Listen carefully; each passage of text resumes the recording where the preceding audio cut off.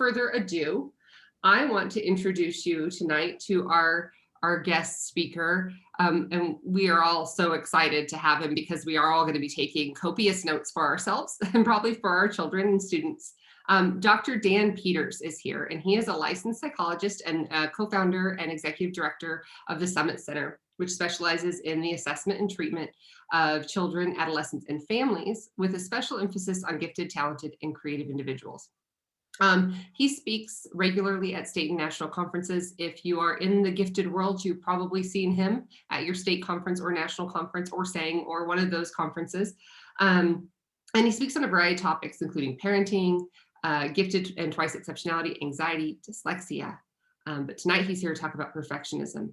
He is the author of Make Your Worrier or Warrior, which is a fantastic book for parents and teachers about conquering your child's fears, and it comes with a companion book. He is also a co-founder of parentfootprint.com, which is an online interactive parent training program, and Camp Summit, which is a sleepover camp for gifted and twice exceptional youth. And he is the host. He's a busy guy. He's got a podcast. It's called the Parent Footprint Podcast with Dr. Dan. So if you are into podcasts, look that up and add it to your library and subscribe to that, because if you like what you hear tonight, you will probably like his podcast. So we're going to jump right into it, because I know we have so many people on our page who are excited, and so many people I've contacted personally who are excited to hear what you have to say tonight, Dan. So I'm going to go ahead and turn it over to you, and you can go ahead and start sharing your screen and share a little bit about yourself, and we're excited to hear it. Thank you very much. You said so much. So I guess what I'll add to that is that I'm really happy to be here. This has been in the making for a long time. I think at the beginning of the pandemic, when CAGT decided to roll out such a wonderful platform for our community, and it's just been such a what an amazing group of speakers and an amazing community to everything you need to know about gifted, twice exceptional, and all that goes with it. And what I think the pandemic has done for us all is connect us more through technology, and really sort of lowered the borders. So that's a silver lining in all of what we're dealing with. I guess the only other thing I want to say about myself is that I am a recovering perfectionist, or I say a perfectionist in recovery. And I didn't realize that I was a perfectionist until maybe the end of graduate school or shortly after graduate school. So let's say mid-20s or so, right? Mid-ish 20s, and gosh, it would have been so helpful to know that perfectionism is a thing. That it has different characteristics, that it has reasons, it has things you can do about it. And so I've been passionate about, as many of you know, working with anxiety and helping people, gifted, twice exceptional kids and their families, overcome anxiety. And perfectionism is a very important sliver. That's probably an understatement, but a very important pie piece of the anxiety spectrum, particularly for many of the gifted and twice exceptional and creative people of all ages. So really what we're talking about today is like, what is this thing called perfectionism and what do we do about it? And we're going to learn about different ways of looking at perfectionism, what it does to us, and then a ton of strategies that we can engage in ourselves, with our students, with our kids, to help chip away at perfectionism little by little. And the awareness is key. So, of course, we start with, what is it? And, there are several definitions of perfectionism. So I have a few of them here. One is an actual quote, and then another is an overall summary based on a lot of information.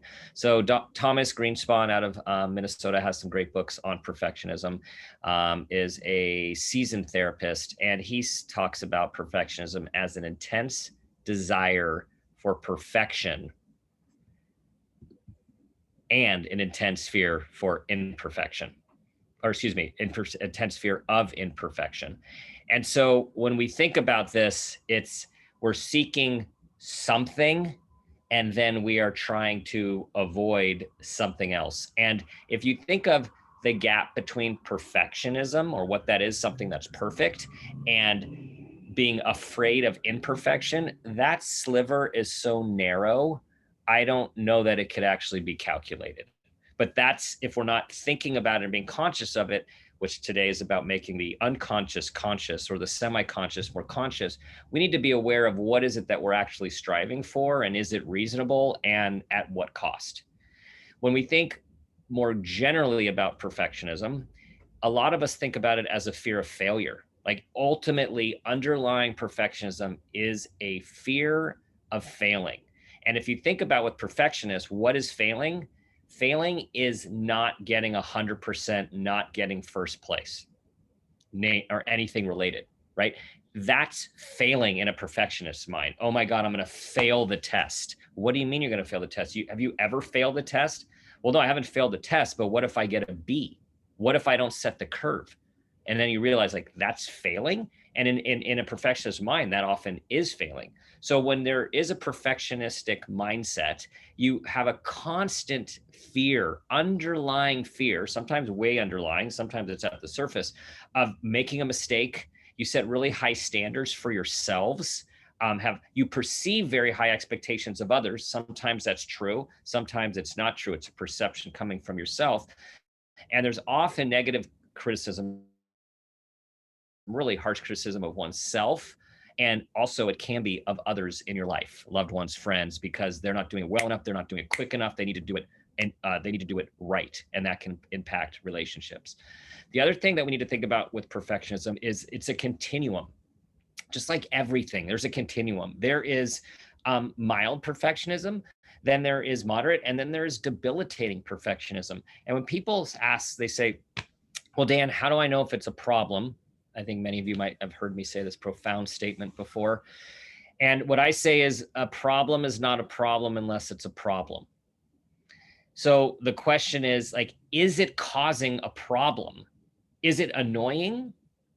Is it causing a problem for yourself? Is it causing a problem from others you care about with negative consequences? And is it an extreme, debilitating problem? So as you're thinking about yourself, your kids, your students, think about, like, again, where might it be on the scale of perfectionism, and how negatively impactful is it?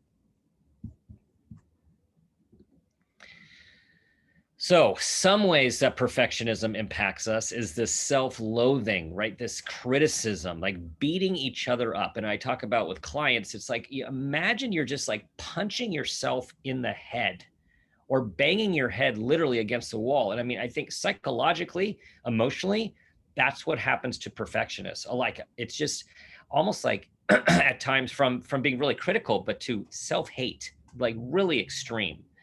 The thinking is like, it feels like it's nothing is ever good enough. It's just not quite good enough. What happens with perfectionism is that we don't often, it really hampers creative thinking, because we're don't want to go outside of the box, right? So obviously creativity and outside the box thinking go hand in hand. If we're being creative, there's no right answer. We might be wrong. We might be, trial and error. That's wonderful anti-perfectionistic strategy. But perfectionists are usually, no, I need to do the things that I'm really good at, actually great at, that I have a very high incidence of doing really well, of being the best, of not making mistakes, which means there's a lot of things I'm not willing to do. I'm not willing to do anything new. I'm not willing to take a risk and do something I haven't done before. I'm not willing to put myself out there. So that really, is a strength of many gifted individuals. So we don't want perfectionism to put the damper on all of that creative, outside the box thinking. The other thing that happens when you think of, okay, what do good teachers do? What do good coaches do? What do good parents do? Well, you find a way to give constructive feedback, not criticism, constructive feedback, so someone can grow. Perfectionists have a very difficult time hearing constructive feedback, because it's taken as, I am bad. I failed, right? Because that underlying assumption is I'm supposed to do everything perfect. And if I do everything perfect, I should not get any feedback, which is anything less than that was amazing, right? So what we're trying to do with perfectionists is we want to help. So like the life is about growing. You're never expected, gifted kids, even though you are really smart and know lots of things, you're not expected to know everything. You're not expected to do everything at a high level all the time. And you're expected to be human. And there are older, wiser people who are on this earth to teach you so you can have growth. And what we need to be aware of, and when perfectionism has a grip, is when we see that the fear of failure becomes greater than the joy of experiencing success, right? So think about that equation. And those of us who are perfectionistic or in recovery know this very well. What I'll say is, formerly being a competitive tennis player when I was growing up, um, there were, again, not knowing I was a perfectionist, like if this was just about when sports psychology was just starting at the time, it would have been so helpful again to be identified as a perfectionist, and how much at times I was playing not to lose or afraid of failing, rather than just going out there like I would in a practice match and just going for it because I had nothing to lose and I didn't have that fear of failure hanging over me. So this impacts a lot of people in performance situations and regular everyday situations. Okay, so well, check out this graphic. I just saw this when I was making the PowerPoint, and I'm like, is this thing really going to move when I put the picture in the PowerPoint? Amazing. So many of you students out there, I know this is totally basic, but for like old people like me, this is brilliant. Okay. So, and you know what? I took a risk because I didn't know if it was going to move or not or freeze up. So can perfectionism be positive? So there's a debate in the field about this. And it's sort of split. There's some people who think you can have all that think all perfectionism is negative because it's based in a fear of failure that's limiting. And then there are other people that believe, well, no, there's positive perfectionism and there's negative perfectionism. And there's negative perfectionism is all of the negative things that I just talked about, is that self-loathing, the criticism, never good enough. And that people say, well, positive perfectionism is that thing, that thing that makes you strive to be your best, like that effort, and sometimes excruciating effort, that you care so much to get this thing right and to be at your best. And I have several colleagues that I respect who believe in that. And I don't know personally. What's worked for me and many of my clients is to think about perfectionism, not to be black and white thinking here, as to come from this place of negativity, or excuse me, yeah, negativity and fear-based and limiting based, and then what others are calling positive perfectionism, referring to it as striving for excellence. And so the difference between, if we think about this paradigm, is, so if you think of in a perfectionistic situation, you are afraid to fail, you're afraid to take risks, you're afraid to go outside the box, right? You're not going to try anything new, and you're not going to put yourself out there. And you're trying to do something really, really good, right? Excellent. Striving for excellence is you are trying to be your best, you're trying to grow, you're trying for peak performance, you're trying to master it, and you know inherently that failure is a part of striving for excellence. So when we think about extreme sports, extreme athletes, like how many bones do they break on their way to doing triple backflips, whether it's, on skis or snowboarding or a motorcycle, right? Or entrepreneurs, right? We have several entrepreneurs in the audience, or budding entrepreneurs, right? We know that from entrepreneurial life that failing is a necessary part of a success. Like every successful entrepreneur has several failures along the way. So perfectionism, those things are harder to achieve because you're not willing to take a risk and you're afraid of failing. Whereas striving for excellence, we are like going for it, and we're not afraid to fail because we know making mistakes is part of being human. So I want to give everyone this idea of what is perfectionistic thinking versus what is striving for excellence, and how can we start to move the needle from like having 2 feet in perfectionism to having 1 foot over and striving for excellence. So other things we see with perfectionism is staying up super late doing work. And this actually could be because of procrastination. I mean, sometimes we procrastinate just because we procrastinate and we have other executive functioning challenges, or we're just on our screens or doing whatever we're doing. Other times we're staying up late because we could have put it off because we actually are anxious about having to do something so well. We're staying up late because we are spending so much time and effort on this assignment. That one of the things that perfectionists don't do well is discern or triage work. Is this a 5-point homework or is this a 100-point project? Is this a 5-point quiz or a 10-point quiz that I have, or is this a 150-point test that I need to study for? Right? So perfectionists like everything's super important because if you do something wrong, it feels like failure. So this can keep people staying up late, lacking sleep, not turning work in. It's not good enough, right? It's just not good enough. I cannot turn in this homework. I don't think I got them all right. And part of the work is, again, like, does it really matter? But to a perfectionist at first, before you start chiseling away, it seems like it really, really matters. Not starting the work, as I talked about, because it's too stressful to think about how good it has to be. Bedrooms are really interesting. So you can have perfectionism takes many forms. So you can have an extremely more classically totally neat bedroom. Everything's in the right place. Your closet is coordinated, like we have lights, colors, and darks, and everything is neat. And we don't feel good if one thing is out of order. Our desk is really, everything's in the right place. And people say, well, like, I feel really good when everything's in the right place.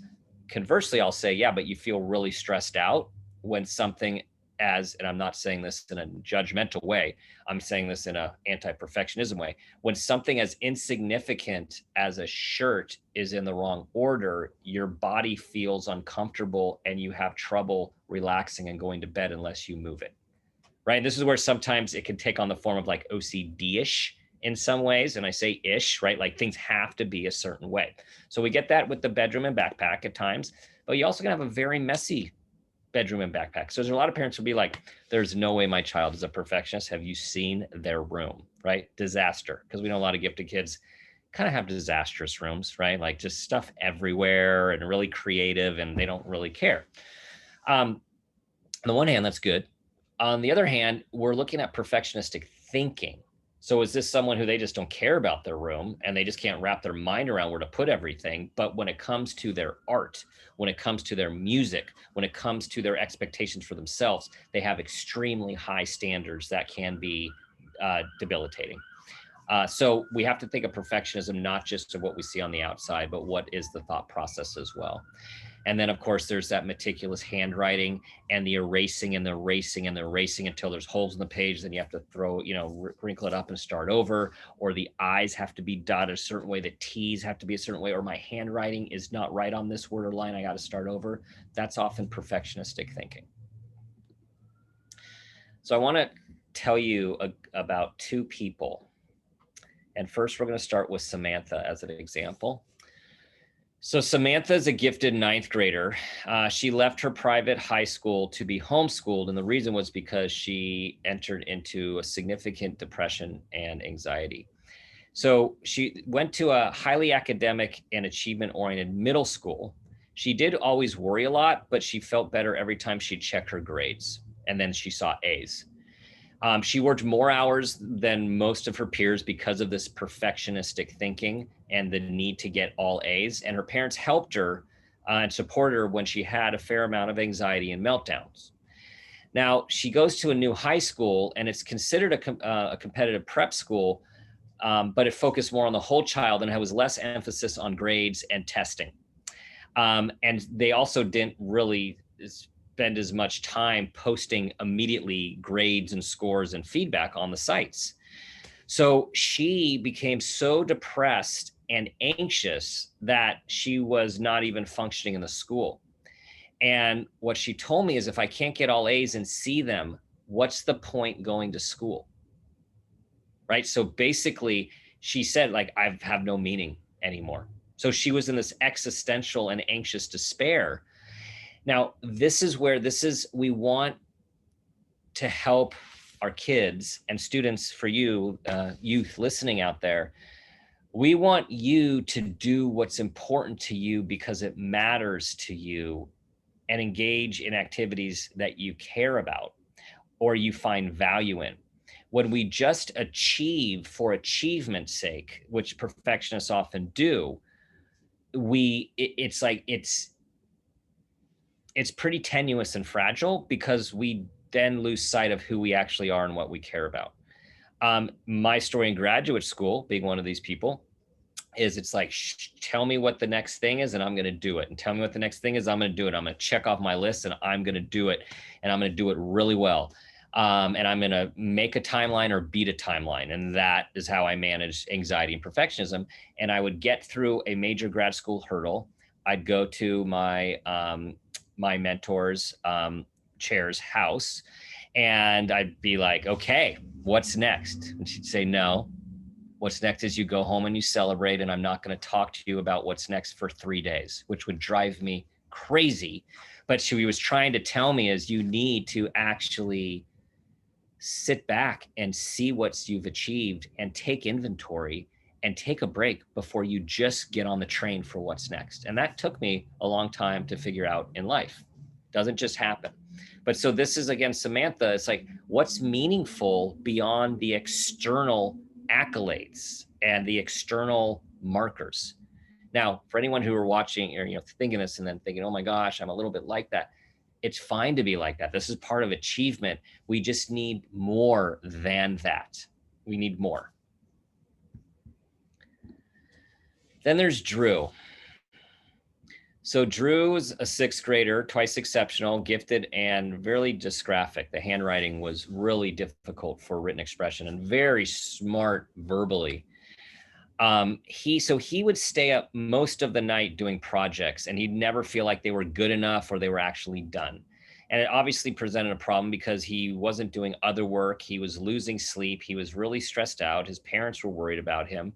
Very sweet person from a sweet family, like earnest, like really wanted to do a great job, like in an earnest sort of way. And so through a 504 plan, so a plan with to have accommodations to how do we deal with this, it was decided that, okay, his parents, have the go ahead, and everyone agreed they have the go ahead. Now, a problem was in 6th grade, there was 6 teachers, right? So you need every teacher to go by this. So this was the deal. Dad said, hey, you got to go to bed. It was like 3 a.m. He's like, I have this project, it's due tomorrow, and I'm almost done. It's not quite done. His dad said, enough's enough. We have this deal with the school. Enough's enough. He goes to school with the unfinished project. The teacher who wasn't at the meeting or didn't clearly know about it or believe in this intervention just said, hey, that's an F. You didn't finish it. And Drew ended up in the hospital. He ended up in the hospital due to thinking about harming himself and literally just coming incapacitated. He couldn't cope. It shattered who he was. He was all about performance. He was all about doing really, really well at the highest level. He's also about pleasing and wanting to do a really good job. And then the person he was trying to please just basically said to him, no, F, right? Like the worst environmental response that could have happened to him. And so clearly these are both situations that are pretty severe on the perfectionistic spectrum. And again, we want to find ways to start chiseling the thinking, to know that there's other ways of thinking, because when you're a perfectionist, you don't know any other way of thinking except actually how you think. I always say, like, if you grow up with burnt toast, like your mom or grandma who always makes burnt toast, you don't even know there's such a thing as regular toast until you go to your friend's house and you get a different sandwich or a different, and it's like, it's just with our thinking, we only know what we know. So we really want to help people with, like, there's multiple ways to look at things. And also that the idea that there are very few things in life that are this important, that like your world is going to end, like very few. And so we really want to help the Samanthas and Drews of the world not have to think like this.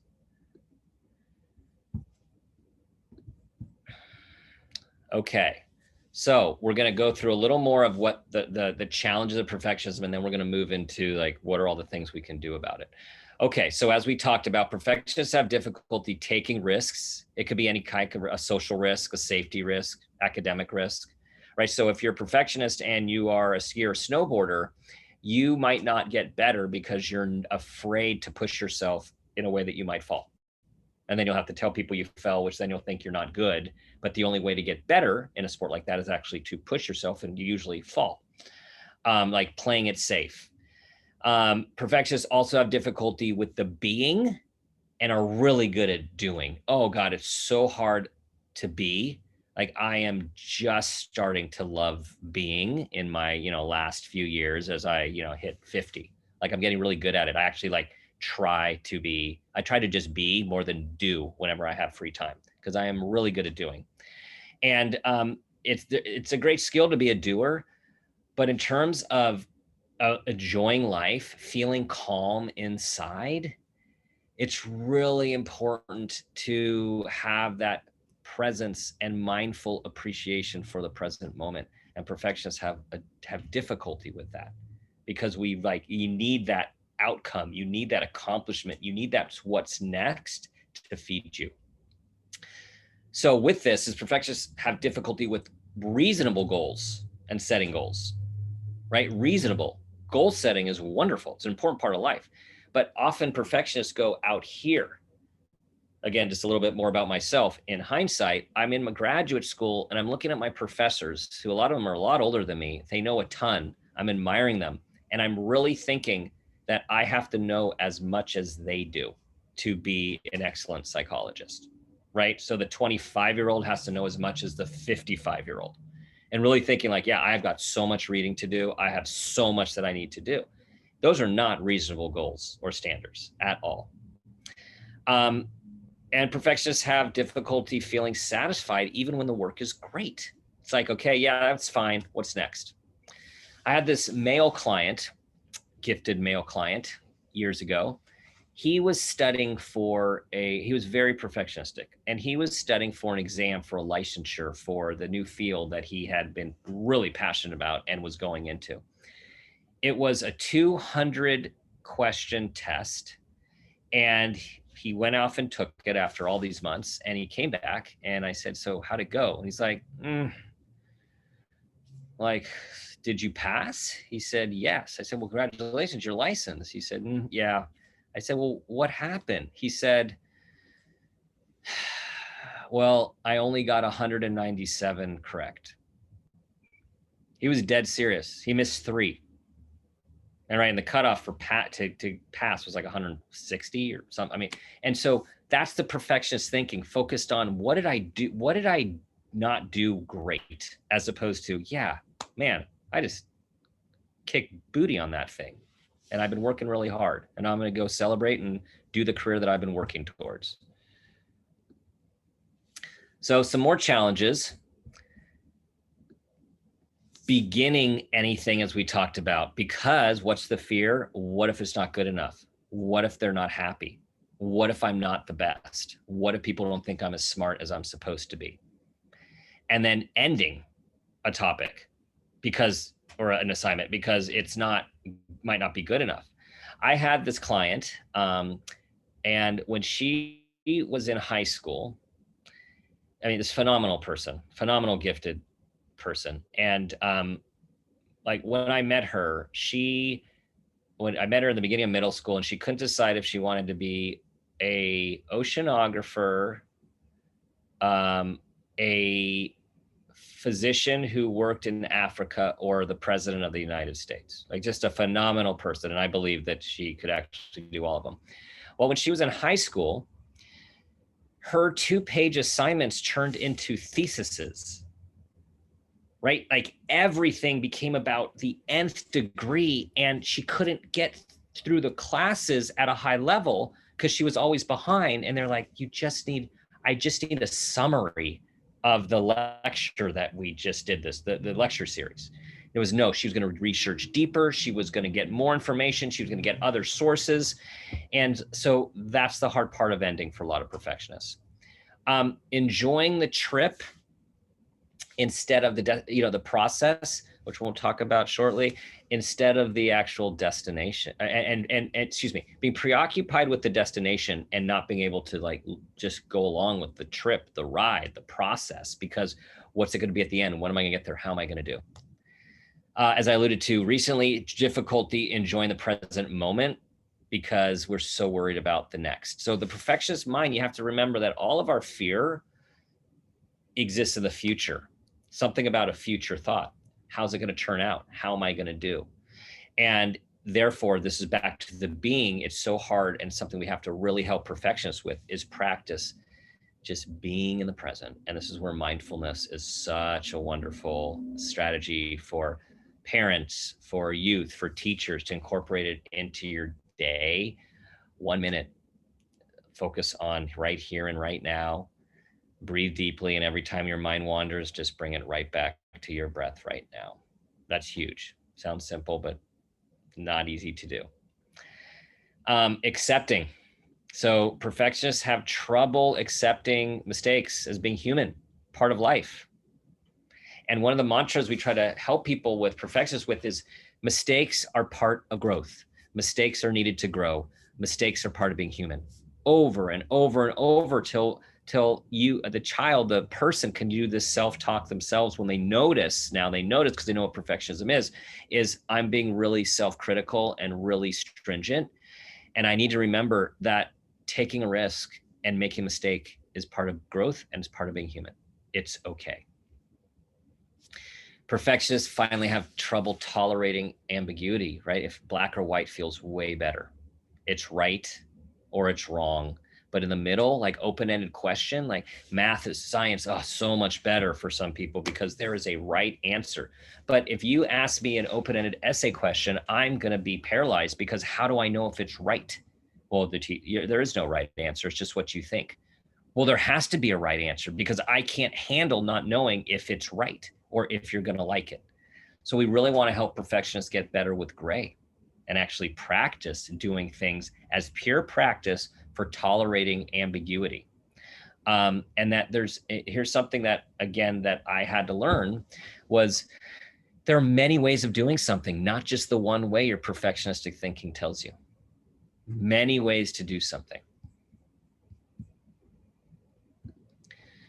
Okay, can you believe that there's more perfectionistic challenges? This is why this thing has such a grip on us, guys. And this is what we're doing, is we're demystifying it right now. We're totally taking it apart. So the other thing is that perfectionists like to think that we have control. We have to accept that we usually don't have control in situations, and then to totally try to get that control creates just more anxiety, right? So the idea that we cannot control all the factors in our life. Perfectionists like to think we can. Trouble from a all or nothing, black or white perspective, as I just mentioned. Everything's all good or it's all bad. It's all right or it's all wrong, right? If I can't do it perfectly, I'm not doing it at all, right? That's the perfectionist. Like, I'm out. I'm not doing this. Can't be great. I'm not doing it. And we know a lot of little perfectionist athletes and performers who like march off the field if something's not going right, like just take themselves out of the game. And a lot of people say, well, gosh, that they are such a poor sport. And really, it looks like that. And maybe in reality, that is what that behavior represents that. But often it is a really harsh voice and a perfectionistic person who is doing that to themselves. They just can't tolerate it. And we want to help them tolerate tolerate losing, tolerate failing. Perfectionists are always comparing themselves to others instead of looking within. What do I like? What do I care about? How do I think I did? Opposed to how is everyone else doing? What does everyone else think? Revealing weaknesses, vulnerabilities. Like, it's really important for perfectionists to start talking like that. You're not the only one who feels like this, who thinks like this. And it's comforting to actually share these insecurities that you have. And perfectionists, they spend so much time doing something over and over and over and over again. And again, let's talk about the difference between striving for excellence and perfectionism. So if you are a performer, a pianist, a dancer, an athlete, yeah, you're gonna do something over and over and over and over again because you're trying for your peak performance. Again, it's how do you feel about it? Are you striving for excellence, or are you fearing failure? Okay, this could be the last slide, guys. Then we're going to get on to some other things here. A lot of energy, as we said, doing things. Oh, that's a repeat. Doing things over and over. What happens is then low morale and stress because you're just dissatisfied. You're just demoralized. Like you're working really hard. You're doing good enough, but it doesn't feel that way. And then perfectionists have this is something we really want to help with. They have challenges imagining unconditional love and acceptance. Like, I'm going to like you for who you are, not for what you do. And those for parents, adults, caretakers of gifted, twice exceptional perfectionists. It's really important that we think about this and think about, what are we showing? What are we saying? Because we want our kids to feel valued for who they are, not based on performance. Okay, we're transitioning to what we're going to do about it from all of these challenges. Now, I'm going to text you. Let's take a deep breath. And just allow yourself to acknowledge, for those of you who feel some or much of what I've talked about, like, you're not alone. There's lots of people watching this because there's lots of people who share these same characteristics. Okay. And I want you to have hope and growth. And I'm someone who, again, personally can tell you, you can chip away at this. You can be intentional about this. Many of you know about the mindset, Carol Dweck's work with mindset, and the two mindsets. So there's the fixed mindset and the growth-oriented mindset. The fixed mindset is often referred to sometimes as the gifted mindset, and a lot of people in the gifted community don't like that. And that is, well, I've born as smart as I'm ever going to be, and being smart means I perform at a really high level without any effort. And unfortunately, gifted kids get this feedback from unintended from teachers and parents who are like, oh, wow, great job. Or the work, or it's not challenging enough. So you're just always doing well and you're not trying. So then you're like, well, this is what being smart is. I need to show people that I don't study and that I always set the curve and I always get A's, because someone might say that, oh, I guess you're not as smart as we thought. The growth-oriented mindset is about your effort. It's about the journey to the top of this mountain, not when am I going to get there? When am I going to get down? Did I beat my record? How fast do other people do it? That is like exhausting and tense. And it's really a fixed oriented and perfectionistic type mindset. So when we think of mindsets, this is what they predict. It's the difference between fixed, looking smart, and growth oriented, wanting to learn. It's the difference between effort over natural ability. So the natural ability is I'm smart, I'm really good, and I just need to keep looking really good, as opposed to, God, I need to try really hard to get better. That's growth. The other thing is resiliency. So people with the growth-oriented mindset are more resilient in the face of obstacles because they're grinding it through. They're like, I got to figure this out. I'm not afraid to take a chance. I'm not afraid to make a mistake.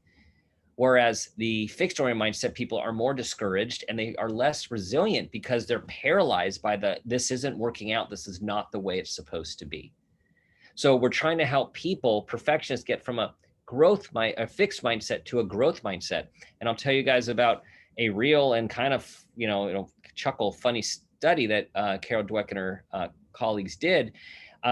She took engineering graduate students and gave them tests that were really hard, that they were sure to fail, and then also gave them questionnaires so you could tell who's growth, and the researchers could say who's a growth-oriented person and who's more of a fixed-oriented person.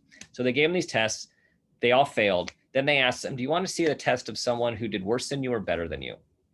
And as you can imagine, the fixed-oriented mindset, who feel terrible because they failed, they wanted to see who did worse than them so they could feel better about themselves, because they're all about performance and how they looked.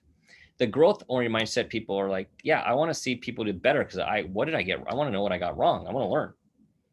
And that's the mindset we want to cultivate. Okay, so now we are moving into all of the different things we can do to chip away at perfectionism and the perfectionist monster, as I like to call him from time to time. Psychoeducation. What is it? So psychoeducation is a fancy name for education and explaining it, social emotional curriculum.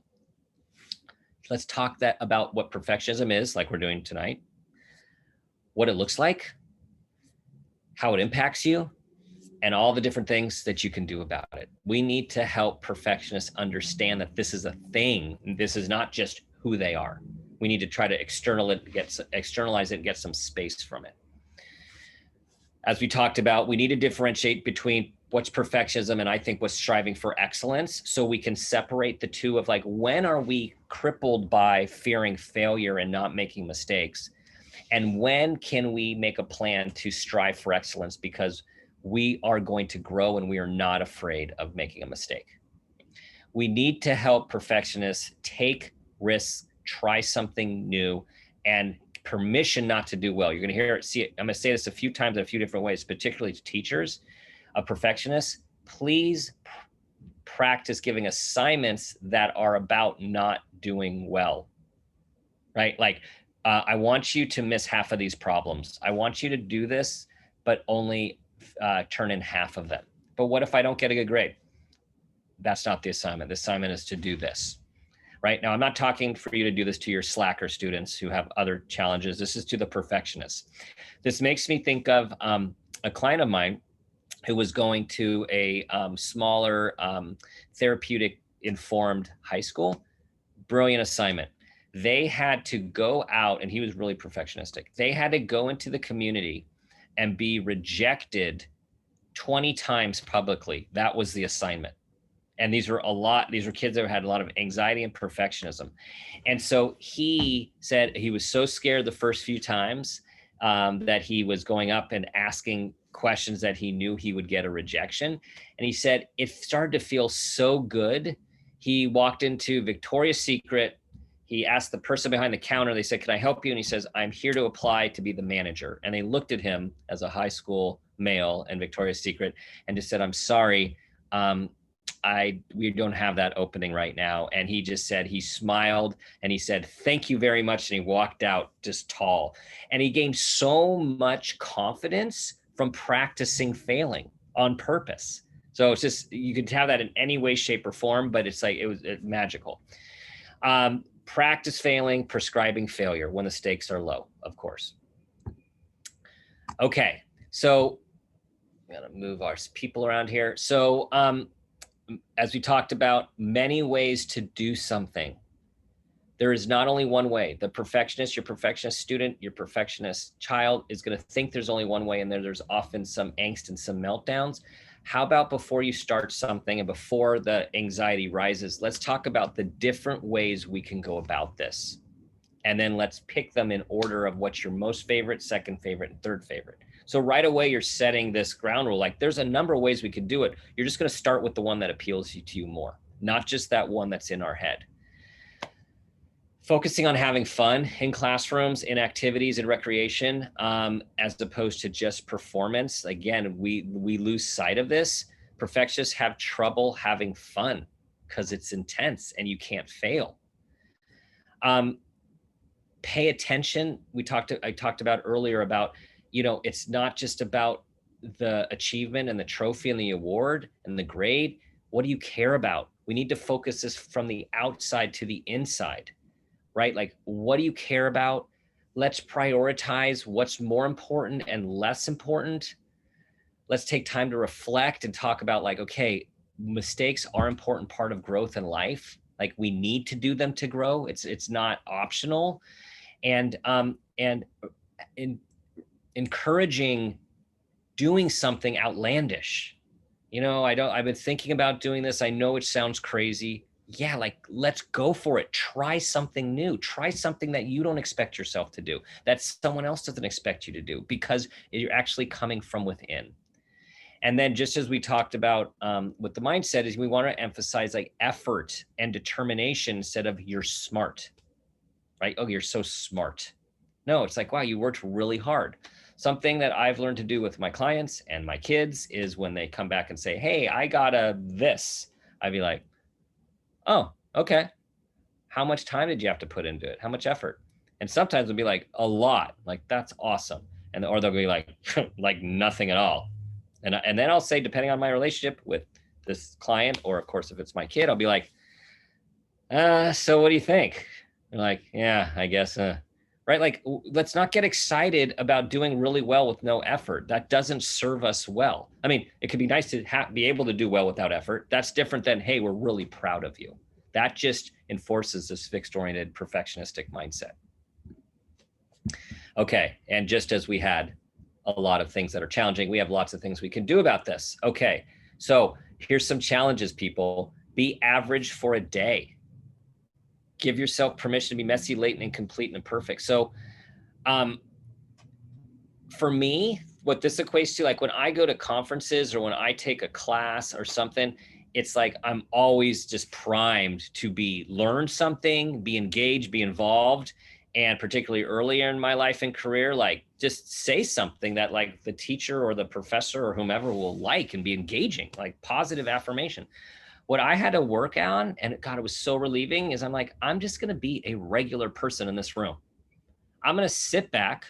I might not even take notes. I probably not, I'm going to try not to ask a question. And when they ask for volunteers, no matter what, I am not volunteering. Like I had to work hard to be like, I can just be regular. And you know what? Part of it's stressful, and part of it over time, you're like, that felt kind of nice just to be regular. Because when you're perfectionistic, you always feel that pressure to perform. Do the activity. Samantha, remember, she couldn't do something that was not objective feedback with grades. Like, do something that's not graded. Do something that's just fun to do, that there's no feedback. One of the things that I do for self-care and really like to do is be out in nature and run. Years ago, I stopped wearing watches for work or for leisure, because all that did was as a setup for me to look at my time, track my time, whether I'm working or whether I'm running. And it was so unpleasurable when I'm like, I'm not going to worry about time. I want to be involved in just what's going on right now.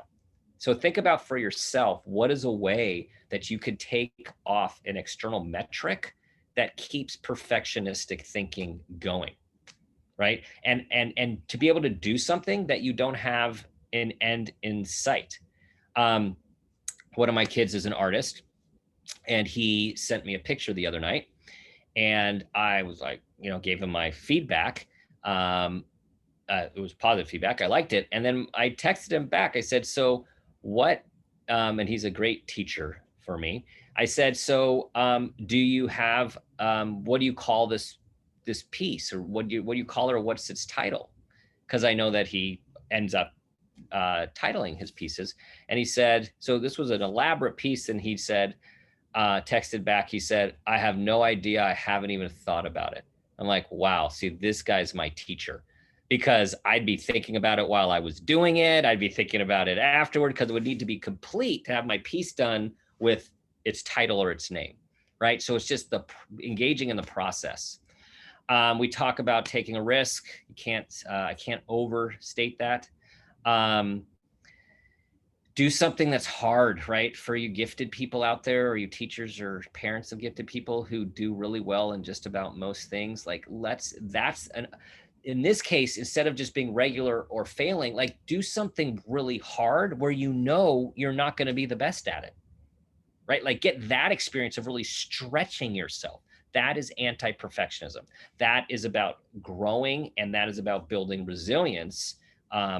And ultimately going to be part of a success in life, to get that confidence that you can work really hard, and it's okay if it doesn't go great, if you don't know the outcome. I like the idea of making 3 mistakes a day, or however many mistakes a day. Again, it's an assignment. Like, I'm going to make a mistake. I'm going to do it on purpose, or I'm going to notice when I do something that's a mistake. Excuse me. And I'm just going to smile about it. I'm not going to beat myself up.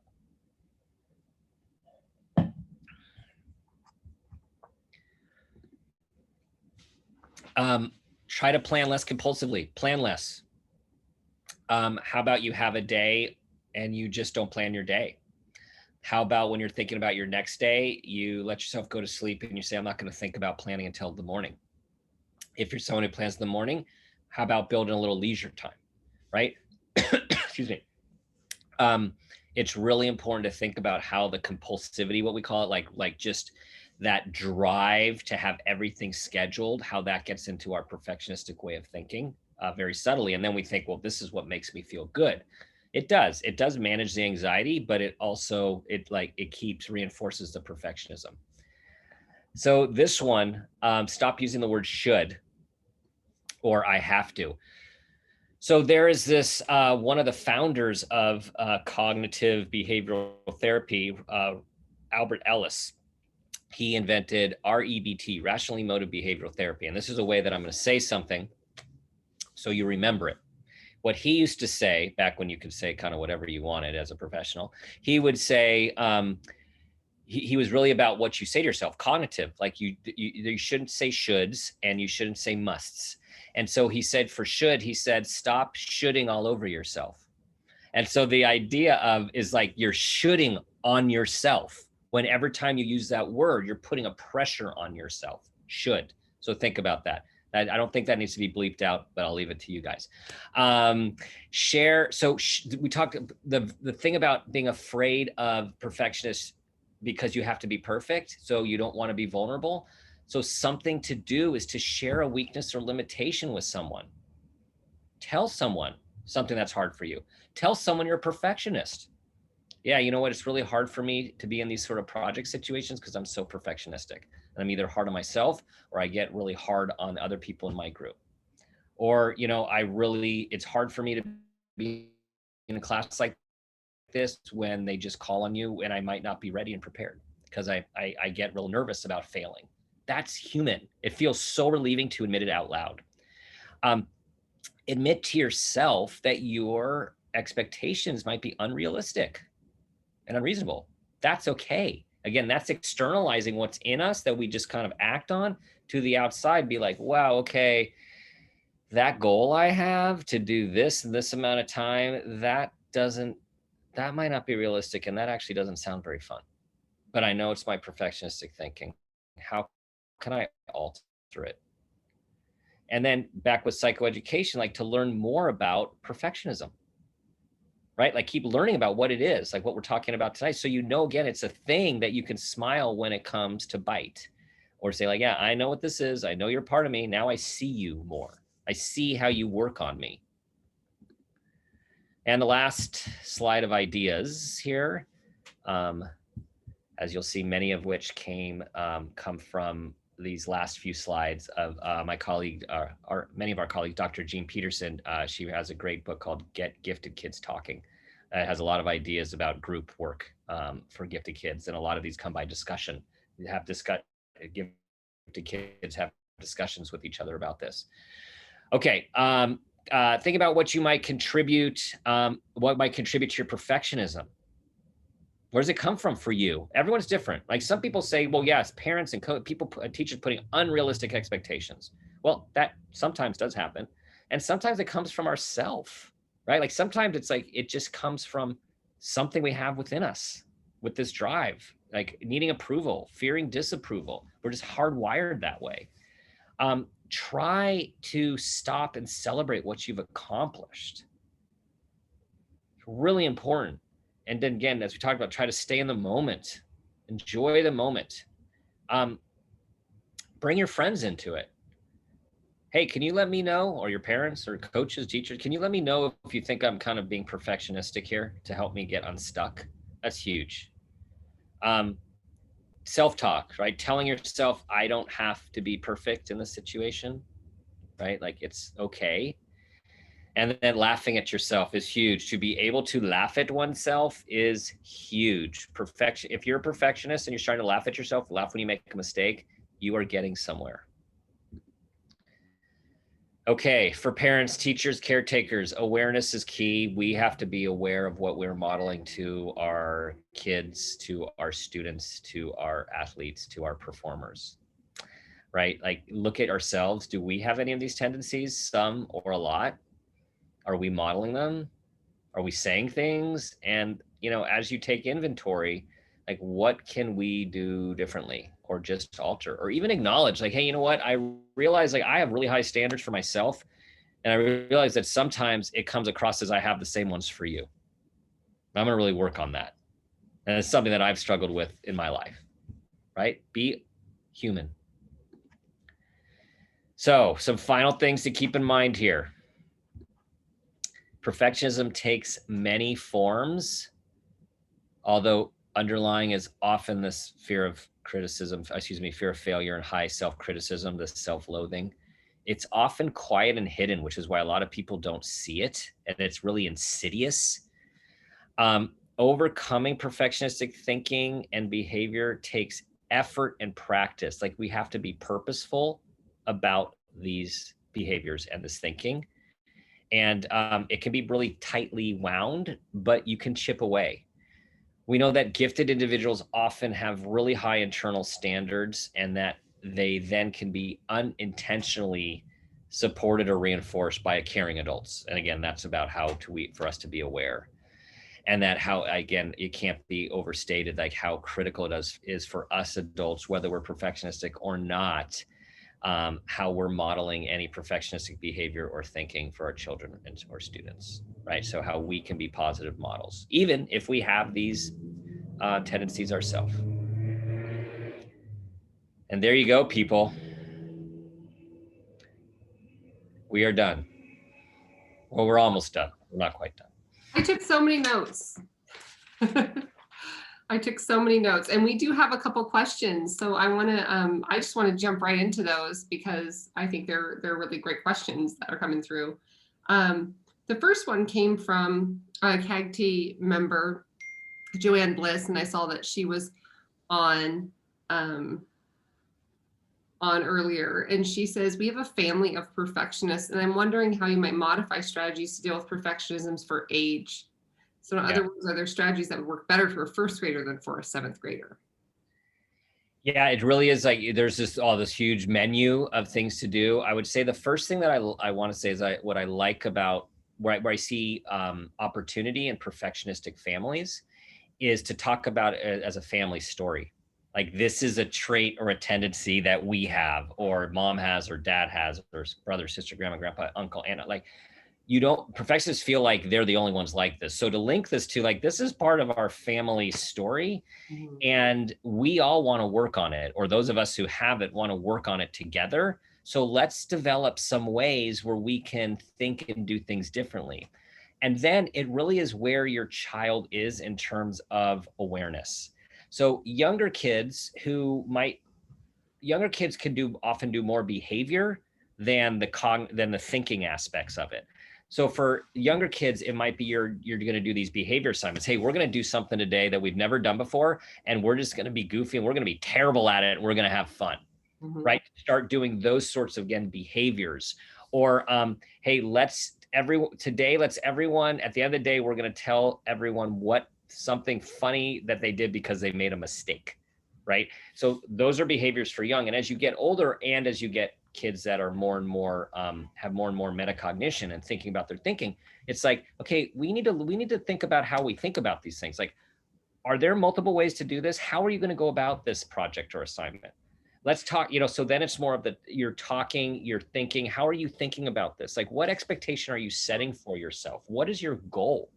And then you start to, again, with the older kids, you can start to hear I have to get 100%, or I have to get an A, or I have to do one of the best in the class. So I guess putting it together, behaviorally younger and moving more towards cognitively and intellectual thinking as you get older. That makes sense. That makes a lot of sense. And I think that's where they're at, ready to grasp. Joanne said, thank you, great tips. Love the idea about talking about mistakes we made throughout the day. So it's great, just having those conversations. Yeah. Making it okay.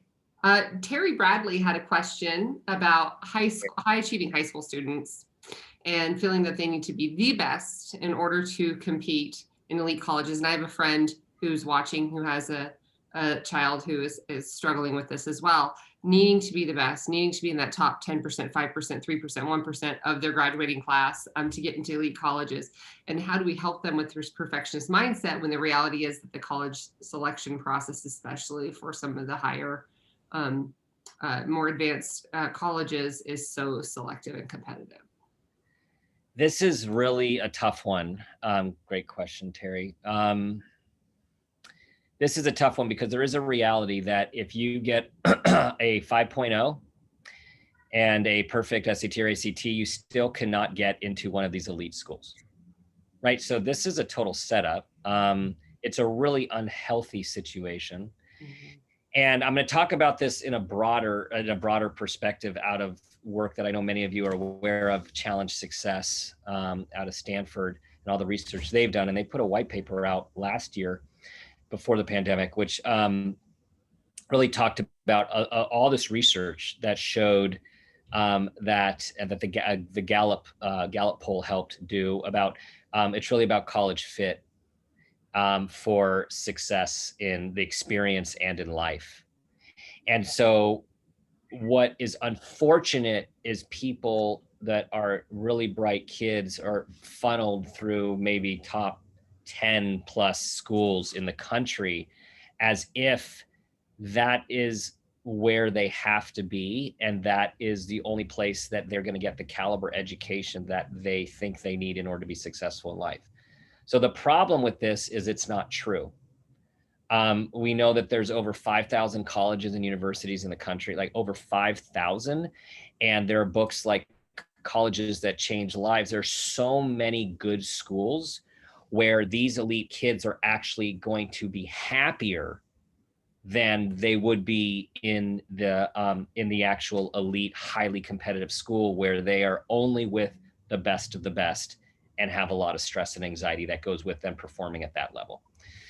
So what I spend a lot of time doing in talking about this publicly and with clients is we have to demystify the situation. We have to demystify the idea that you have to get into one of these schools, and if you don't, you haven't achieved to your potential.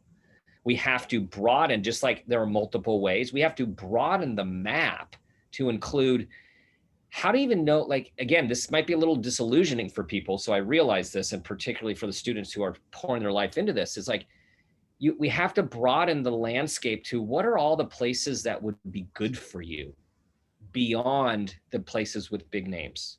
Mhm. And Malcolm Gladwell talks about this in David and Goliath, about the people who chose the top over a good fit and how it changed the course of their life because how they compared themselves to the top versus doing what they loved in a place where they really could feel good about themselves. So I'd say this to all of you is like, we need to broaden the conversation about how many places there are and what is a good place for you and what is worth your emotional and mental health on the way to going to college. I think that's a great point, to be made. And I think a lot of, hopefully some students are listening to this because I think they needed to hear that. We have another question. And I think we have time for maybe one more here. I want to entertain a few of them, but I think this is about it. Actually, there's two. So we're going to do two quick ones.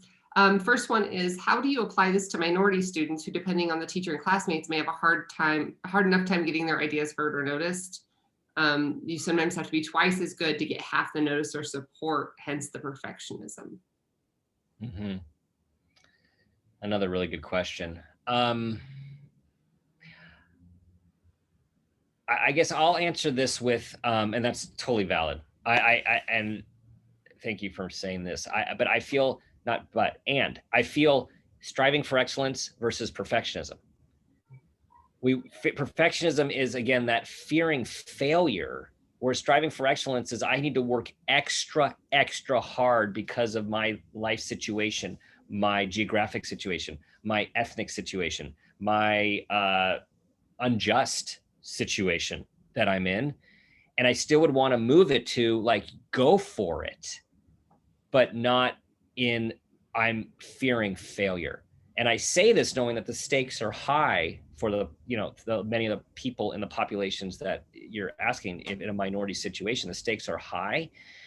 I'm just still trying to move the narrative, the internal dialogue to I am going to keep persistence. Resilience is not in fear of failure, right? Persistence and resilience is in I am going to make it. I am going to be heard. I am going to show them what I can do. That to me comes from this sheer determination of I can do this versus I'm afraid I'm going to fail. Mhm. So again, it's like opposite ends of the same, Yeah. paper or book. It's just what avenue we come from.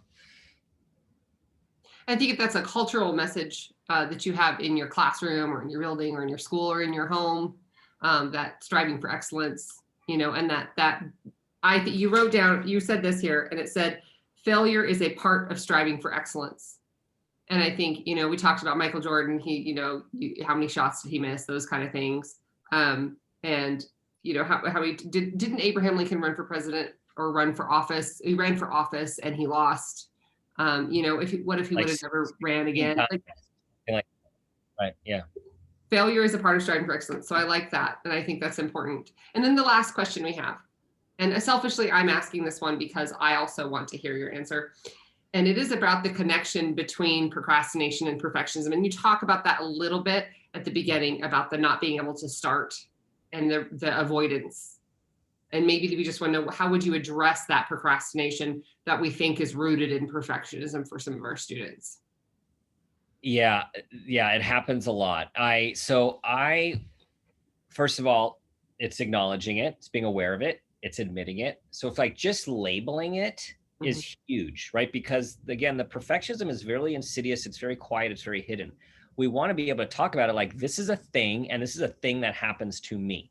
Like there's some people who say, oh gosh, a lot of people say I procrastinate. I've got like organization and executive functioning issues. So I totally procrastinate. I lose track of time and I rather do the thing I want to do instead of the thing I have to do. Right? You hear that stuff a lot. We want to hear the same sort of things out loud, which is, you know what, I procrastinate and put things off because I'm like anxious about starting it because I don't think I'm going to do well, or what if I don't do well, or what if I don't come up with what I need to say or do.